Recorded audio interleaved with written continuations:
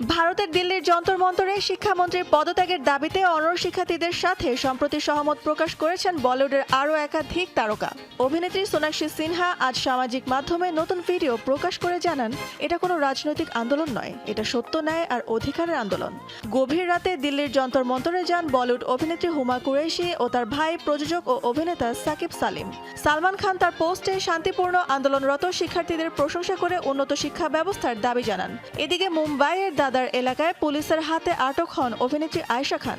পরে তাকে ওরলি থানায় জিজ্ঞাসাবাদ শেষে ছেড়ে দেওয়া হয়। প্রশ্নপত্র ফাঁসের অভিযোগে চলমান আন্দোলনের প্রতি সমর্থন জানিয়ে মুম্বাইয়ের শিক্ষার্থীদের বিক্ষোভ মিছিলে যোগ দিয়েছেন বলিউড অভিনেতা ইমরান খান। অভিনেত্রী প্রীতি জিন্তা সংহতি জানিয়ে পোস্ট করেন সামাজিক মাধ্যমে। কলকাতার সঙ্গীত ব্যক্তিত্ব অঞ্জন দত্ত ছাত্রদের উপর দমন পীড়নকে বর্বরচিত বলে আখ্যা দিয়েছেন। সঙ্গীত শিল্পী অরিজিৎ সিং চলমান আন্দোলন এত বৃহৎ হওয়ার আগে কেন মীমাংসা করা হলো না, এই প্রশ্ন তোলেন। এছাড়াও জিনাত আমান, অনুরাগ কাশ্যপ, শাবানা আজমি, নিমরাত কর, রত্না পাঠক শাহ, আভে ডিওল ও অমি বৈদ্য নিজ নিজ সামাজিক হ্যান্ডেলে তাদের সংহতি প্রকাশ করেন।